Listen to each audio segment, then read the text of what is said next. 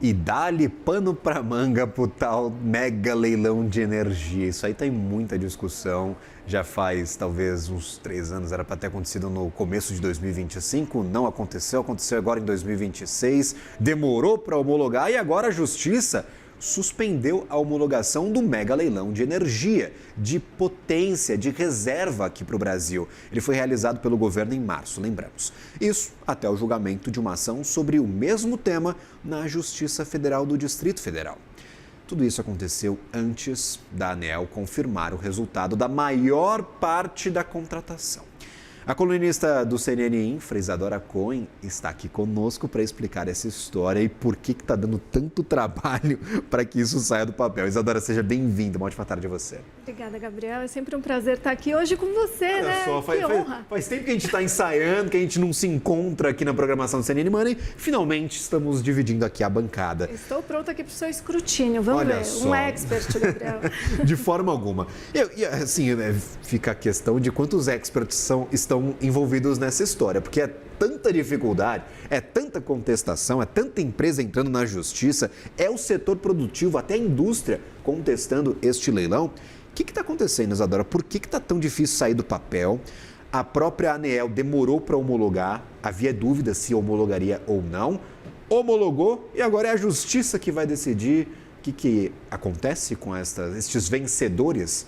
Por favor, minha cara, qual que é o problema? Vamos lá, Gabriel. Acho que você iniciou muito bem aqui a nossa entrada, né? Porque o breaking news hoje a Justiça Federal do Ceará acabou de suspender o ato de homologação do resultado do leilão que aconteceu em março. Então, amanhã, que seria a reunião de diretoria da ANEEL, eles possivelmente homologariam e adjudicariam o objeto que foi contratado ali no leilão e aí as empresas vencedoras lá em março poderiam começar os seus empreendimentos agora. O que a Justiça do Ceará falou? E você tem razão, foi a Federação das Indústrias do Ceará que propôs a ação e elas têm se mobilizado Brasil afora. O que a Justiça do Ceará falou? Eu não sou competente para julgar o mérito, porque isso teria que ser feito pela Justiça do Distrito Federal, mas como a gente tem uma decisão importante que vai ser tomada amanhã pela ANEEL, eu acho que tem que suspender até que a Justiça do Distrito Federal, de fato, fale sobre o assunto ou até que se esclareçam os temas que foram suscitados na ação.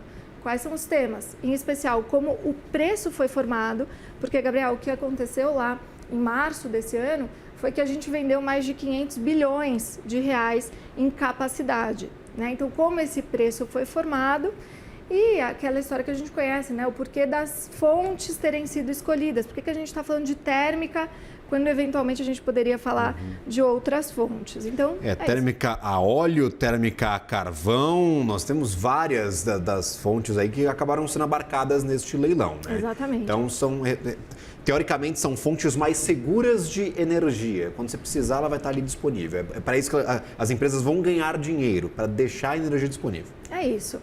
Um sistema integrado como o nosso, inteligente como o nosso, ele de fato precisa ter aí um mix de diversas fontes de energia para que você tenha a disponibilidade e a segurança. Nesse caso, o que a gente contratou nos leilões foi a segurança.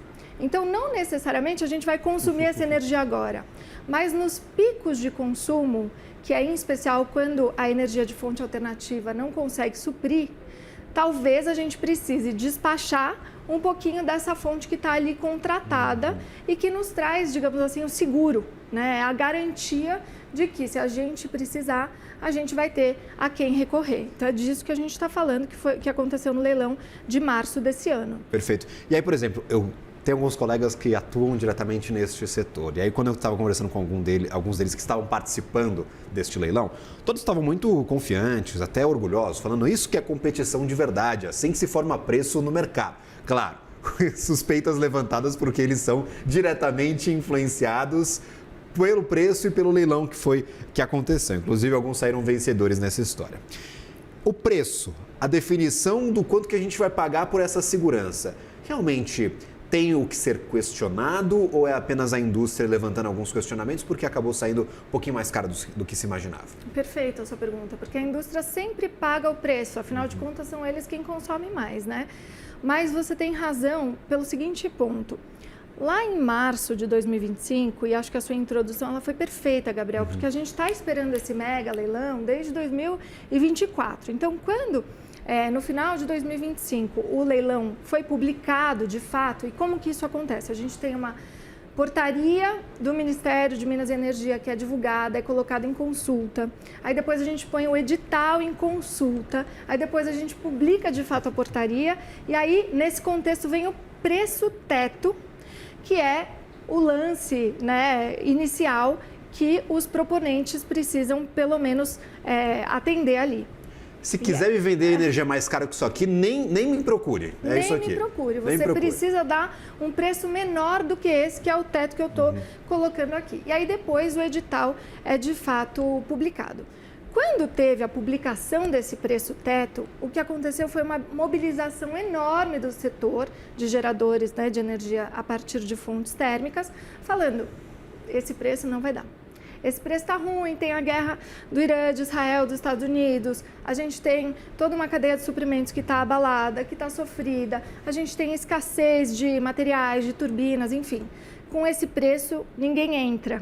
Essa foi a grande polêmica. E aí, 3 dias depois disso tudo acontecer, já com o edital publicado, o Ministério de Minas e Energia divulgou um novo preço teto. E esse novo teto era mais de 80% maior daquele que tinha sido o primeiro publicado. E não só 3 dias depois do primeiro preço, mas 3 dias antes do leilão acontecer. Então, foram 72 horas aí para o mercado inteiro se reajustar a 80% a mais de preço. É isso, mas esse mercado é um mercado que tem bastante participação das geradoras. E tem uma coisa, né, Gabriel? Você consegue alcançar isso com bastante facilidade. A gente está no ano eleitoral, né?